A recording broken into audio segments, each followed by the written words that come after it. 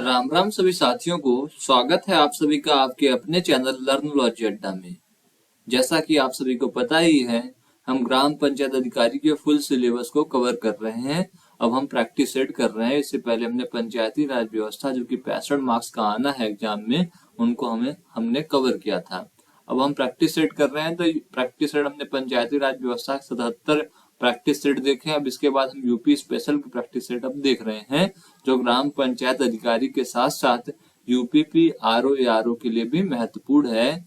UPP का paper 17-18 फरवरी को होना है और आरओ एआरओ का पेपर 11 फरवरी को होना है। और ग्राम पंचायत अधिकारी का भी पेपर जो कि संभावित है कि वह मार्च में हो जाए। चलिए आज के अपने क्वेश्चनों को देखते हैं, कौन कौन से प्रश्न है उन्हें याद करते हैं हम। आज का हमारा यूपी स्पेशल में पहला प्रश्न है, देवदरी एवं राजदरी जलप्रपात निम्नलिखित में से किस स्थान पर स्थित है। ऑप्शन है हमारे सामने मिर्जापुर, सोनभद्र, चंदौली और कासगंज। यह जो क्वेश्चन है पूछा गया था यूपी पीएससी वेटिंग ऑफिसर के एग्जाम में 2020 का क्वेश्चन है। यह पूछा गया था कि देवदरी और राजदरी किस जिले में पड़ता है, किस जिले में स्थित है। ऑप्शन था मिर्जापुर, सोनभद्र, चंदौली, कासगंज। जिसका सही जवाब है वह सही जवाब है चंदौली जिले में यह पड़ता है। कहाँ पड़ता है? तो आप कहेंगे भैया चंदौली जिले में देवदरी और राजदरी जलप्रपात अवस्थित है या स्थित है, जो कि चंद्रपुर वन्य जीव अभ्यारण्य में राजदरी और देवदरी झरने पाए जाते हैं। यह अभ्यारण्य जो है चंद्रप्रभा वाला एशियाई शेरों को बचाने के लिए स्थापित किया गया था। चलिए बढ़ते हैं अगले प्रश्न की ओर। अगला प्रश्न है हमारे सामने, निम्नलिखित में से किस नदी का जल ग्रहण क्षेत्र सर्वाधिक है। महानंदा, सोन, रामगंगा और गंडक। इसमें 4 ऑप्शन दिए गए हैं और इन विकल्पों को देखते हुए हमें बताना है कि कौन सी नदी का जो ग्रहण क्षेत्र है सबसे ज्यादा है। तो इसका जो सही जवाब है सोन नदी। सोन नदी का इन चारों में सबसे ज्यादा ग्रहण क्षेत्र है। वैसे पूरे भारत में सबसे ज्यादा ग्रहण क्षेत्र गंगा नदी का है, लेकिन इन 4 ऑप्शन में सबसे ज्यादा जो ग्रहण क्षेत्र वाली नदी है वह सोन नदी है। सोन नदी अमरकंटक पहाड़ी के सोसाकुंड नामक स्थान से निकलकर पूर्व की ओर मध्य प्रदेश में बहने के बाद उत्तर प्रदेश के सोनभद्र में बहते हुए बिहार में प्रवेश कर जाती है और पटना के निकट गंगा में मिल जाती है। तो जो ग्रहण क्षेत्र सबसे ज्यादा सोन नदी का है इन 4 ऑप्शनों में। बढ़ते हैं अगले प्रश्न की ओर। अगला प्रश्न है हमारे सामने, निम्नलिखित में से कौन सा युग्म सुमेलित नहीं है। कुछ नदियां हैं, कुछ उनके किनारे बसे शहर हैं, जिसमें से एक शहर ऐसा है कि वह उस नदी के किनारे नहीं बसा हुआ है, उनका मेल नहीं खाता है। तो जो बिठूर है वह गंगा नदी के किनारे बसा हुआ है, बिल्कुल सही है। गोरखपुर राप्ती नदी के किनारे बसा हुआ है, यह भी बिल्कुल सही है। जौनपुर सई नदी के किनारे बसा हुआ है, यह भी बिल्कुल सही है। और कौशाम्बी जो है हमारा यमुना नदी के किनारे बसा हुआ है। लेकिन जो जौनपुर जो सई नदी के किनारे बताया गया है, जौनपुर सई नदी के किनारे नहीं बसा हुआ है। सॉरी, हमने सई नदी बोल दिया था। लेकिन जौनपुर जो बसा हुआ है गोमती नदी के किनारे बसा हुआ है। कौन सी नदी के किनारे? लखनऊ, जौनपुर, ये सब गोमती नदी के किनारे बसे हुए जिले हैं या शहर हैं। कौशाम्बी यमुना नदी के किनारे है, गोरखपुर राप्ती के किनारे है, बिदुर जो है कानपुर में गंगा के किनारे है, वाराणसी गंगा के किनारे है, प्रयागराज गंगा के किनारे है, मिर्जापुर गंगा के किनारे है। बाकी ऐसे बहुत सारे जिले हैं, हमारे यूपी के शहर हैं जो कि कई नदियों के किनारे बसे हुए हैं। चलिए देखते हैं अगले प्रश्न को। अगला प्रश्न है, उत्तर प्रदेश के निम्न में से कौन सा क्षेत्र सर्वाधिक बाढ़ प्रभावित है। इसमें ऑप्शन दिया हुआ है पश्चिमी क्षेत्र। पश्चिमी क्षेत्र को बोलेंगे जो एक कौरवी क्षेत्र है ना, मेरठ वाला क्षेत्र, ब्रज क्षेत्र, या ब्रज क्षेत्र को ले लेंगे, बरेली वाला क्षेत्र ले लेंगे, इसे पश्चिमी क्षेत्र हम बोलेंगे। पूर्वी क्षेत्र बोलेंगे हम पूर्वांचल के इलाके को, जिनका बॉर्डर बिहार से और झारखंड से लग रहा होगा। और मध्य क्षेत्र है जहां अयोध्या में राम मंदिर बना है, अवध का क्षेत्र, वह मध्य क्षेत्र है। और उत्तरी क्षेत्र कौन सा है? तो जो रुहेलखंड का एरिया है इसे हम उत्तरी क्षेत्र बोलेंगे। सबसे ज्यादा बाढ़ से कौन सा क्षेत्र प्रभावित है? तो सर्वाधिक बाढ़ प्रभावित क्षेत्र उत्तर प्रदेश का पूर्वी क्षेत्र है। इसे भौगोलिक रूप से तराई क्षेत्र कहा जाता है। यह क्षेत्र समतल और नम है। इसका निर्माण महीन और साधु से हुआ है। दक्षिण के पठारी क्षेत्र तथा मध्य के मैदानी क्षेत्र या गंगा यमुना का दुआब को मध्य क्षेत्र कहा जाता है। यमुना व गंडक नदियां इस विशाल मैदानी प्रदेश की क्रमशः पश्चिमी व पूर्वी सीमाएं निर्धारित करती हैं। इसका ढाल उत्तर पश्चिम से दक्षिण पूर्व की ओर है। तो सबसे ज्यादा प्रभावित बाढ़ से कौन सा क्षेत्र है? पूर्वी क्षेत्र है, जो तराई का क्षेत्र है, जिनका बॉर्डर नेपाल से लगता है, वह ज्यादा प्रभावित है। अगला प्रश्न है, सूची 1 को सूची 2 से सुमेलित कीजिए। वही वाला क्वेश्चन है। कुछ नदियों के नाम दिए हुए हैं, कुछ शहरों के नाम दिए हुए हैं। कौन सा शहर किस नदी के किनारे बसा हुआ है, हमें इनमें देखना है। हमें देखना है कौन सी नदी किससे मैच करता है। तो चित्रकूट किस नदी के किनारे बसा हुआ है? तो आप कहेंगे चित्रकूट जो है वह मंदाकिनी नदी के किनारे बसा हुआ है। जौनपुर अभी अभी हमने देखा था पिछले क्वेश्चनों में किस नदी के किनारे बसा हुआ है, तो जौनपुर गोमती नदी के किनारे बसा हुआ है, जो कि इसके सामने ही है, इसे हम मैच कर देंगे। मथुरा यमुना नदी के किनारे बसा हुआ है, इसे भी हम मैच कर देंगे। और एक आखिरी बचा अयोध्या, तो अयोध्या सरयू नदी के किनारे बसा है, इसको भी मैच कर कर हम बढ़ेंगे अगले प्रश्न की ओर। अगला प्रश्न है हमारे सामने, उत्तर प्रदेश में किस स्थल को रामसर स्थल के रूप में नामित किया गया है? 4 ऑप्शन है, इनमें से कौन सा क्षेत्र जो है किसे बनाया गया है रामसर स्थल, इनमें हमें बताना है। तो पार्वती आरंगा, सूर सरोवर, सुरहा ताल, ऊपरी गंगा नदी।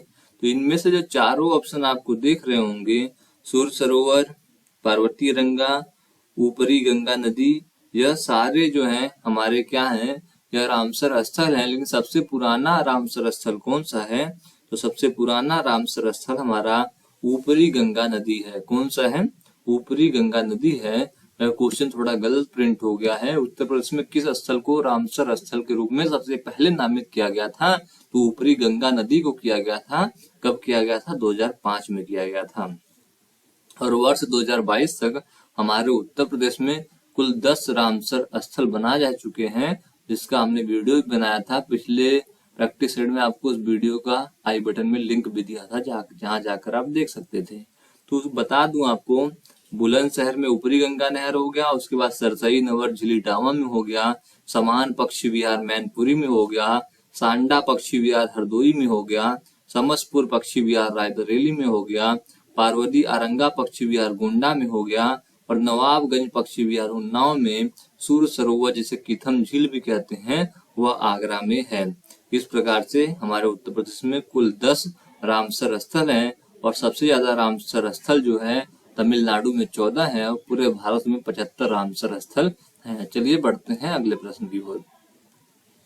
अगला प्रश्न है हमारे सामने, उत्तर प्रदेश कृषि अनुसंधान परिषद निम्नलिखित में से किस स्थान पर स्थित है?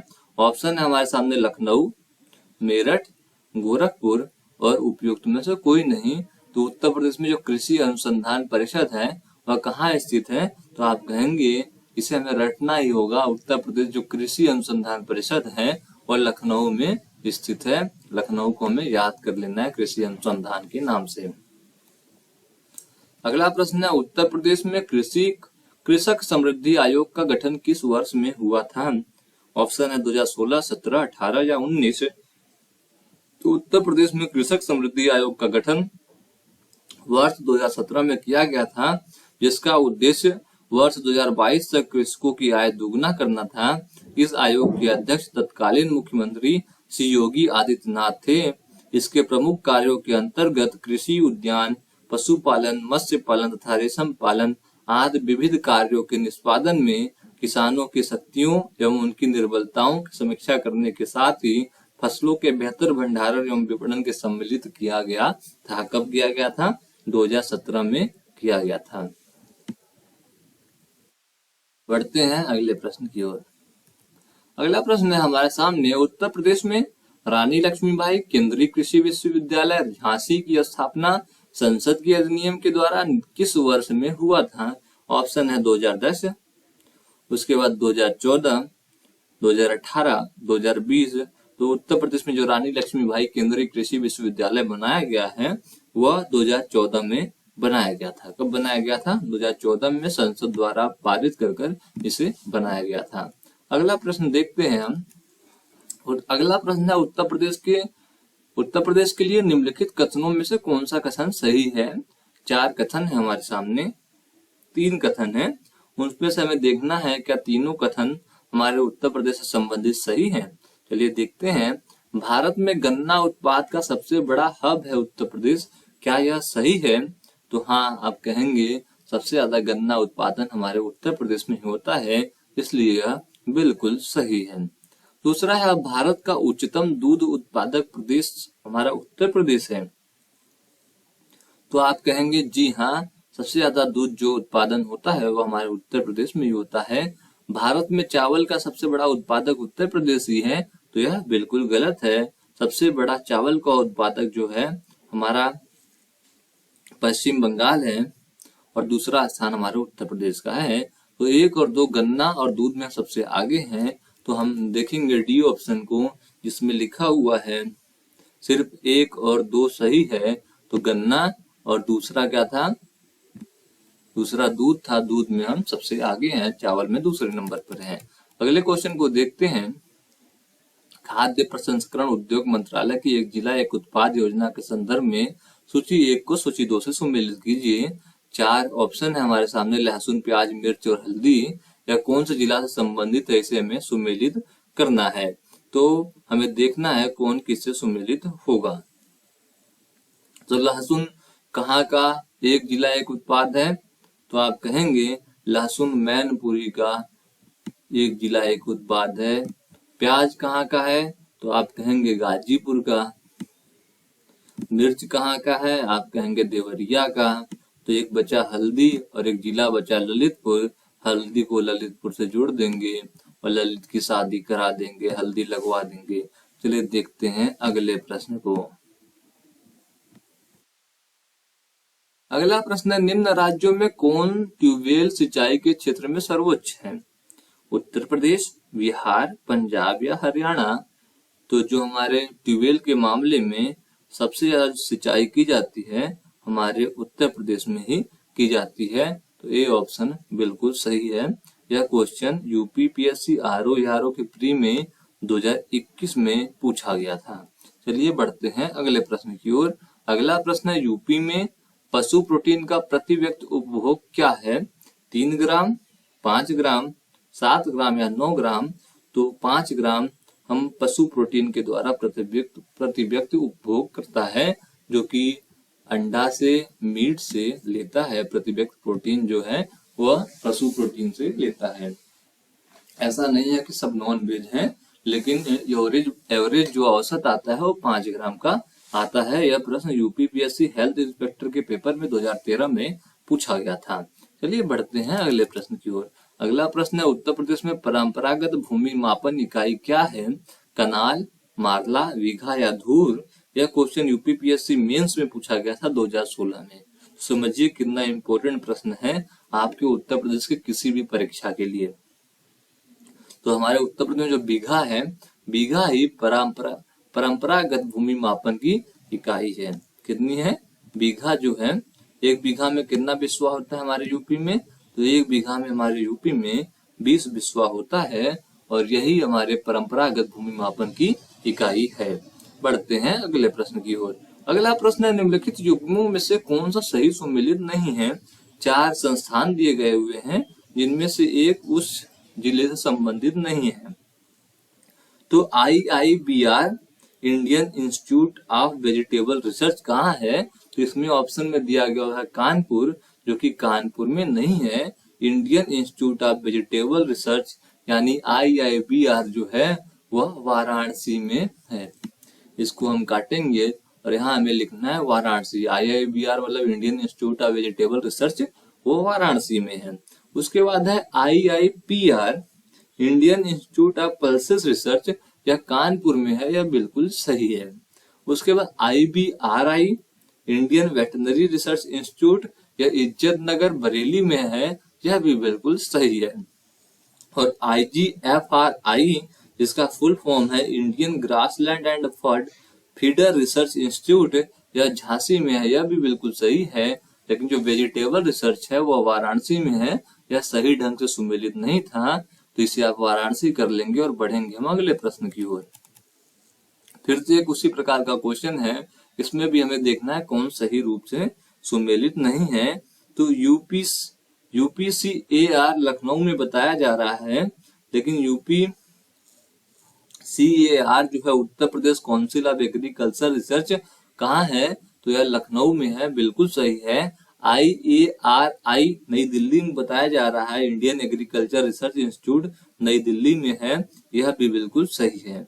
और उसके बाद IPRI हमने पिछले क्वेश्चन में देखा था, इसका फुल फॉर्म था इंडियन वेटरनरी रिसर्च इंस्टीट्यूट, तो यह कहाँ पर है, तो इज्जतपुर बरेली हमने पढ़ा था, यह सही रूप से सुमेलित नहीं है। उसके बाद NDRI जिसका full form national dairy research institute है, यह करनाल हरियाणा में है, यह भी बिल्कुल सही सुमेलित है। बढ़ते हैं अगले प्रश्न की ओर। ये सारे प्रश्न इंपोर्टेंट है। यह प्रश्न यूपीपीएससी ACF RFO मेंस के 2020 में पूछा गया था। चलिए देखते हैं अगले प्रश्न को। पहला केचुआ बीज बैंक जहां स्थापित होने जा रहा है वह कौन सा स्थान है? ऑप्शन है इज्जत नगर बरेली, पंत नगर कानपुर और मेरठ। यह यूपीपीएससी BEO के री एग्जाम में 2006 में पूछा गया था, तो यह इज्जत नगर बरेली में स्थापित किया गया है। तो ज्यादा लंबी बन रही, 2-3 क्वेश्चन और देखेंगे, उसके बाद अगले वीडियो के लिए छोड़ देंगे। अगला प्रश्न है उत्तर प्रदेश के निम्नलिखित क्षेत्रों में से किसमें अन्ना प्रथा उस क्षेत्र के कृषि एवं वानिकी के विकास के लिए अभिशाप है? पूर्वी उत्तर प्रदेश, बुंदेलखंड क्षेत्र, मध्य उत्तर प्रदेश या पश्चिमी उत्तर प्रदेश। तो जिसका सही जवाब है बुंदेलखंड क्षेत्र में प्रचलित अन्ना प्रथा के तहत जब चैत्र मास में फसल काटी जाती है और खेत खाली हो जाते हैं, तब जानवरों को खुला छोड़ दिया जाता है। यह अन्ना प्रथा बुंदेलखंडी क्षेत्र के कृषि एवं वानिकी के विकास के लिए एक प्रकार का अभिशाप सिद्ध हुआ है। अभिशाप हुआ है, क्यों हुआ है? अगर आप कृषि के विद्यार्थी हैं तो बेहतरीन रूप से समझ पाएंगे, लेकिन अभी आप जानिए इनके लिए अन्ना प्रथा अभिशाप साबित हुआ है। चलिए देखते हैं अगले प्रश्न को।